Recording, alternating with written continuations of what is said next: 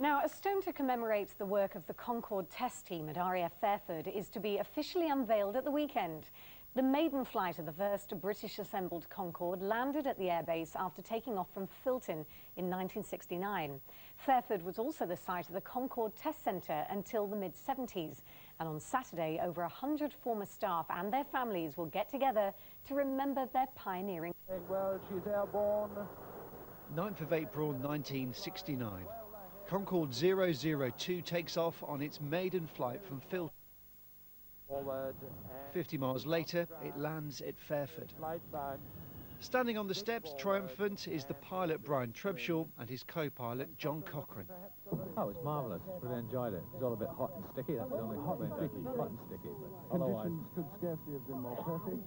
But the conditions were very good indeed for it. We couldn't have been luckier with the weather. Over 30 years on, John Cochrane is back at RAF Fairford, remembering that landing. As we got a lot closer to the runway at about 2 miles or thereabouts, my radio altimeter failed, and Brian Trubshaw was obviously very unimpressed when I informed him that he was on his own from there on in, because the radio altimeters on Concorde were quite important.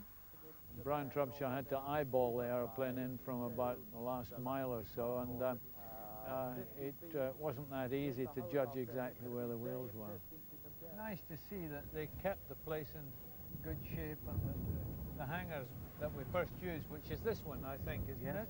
Fairford was the British Flight Test Centre for Concorde in the 70s. Groundbreaking work was done here to ensure Concorde's future success. Everybody fought for the aircraft.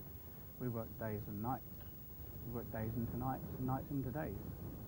And not one of us ever had a single doubt this aircraft would fly to Mach 2 and go into airline service.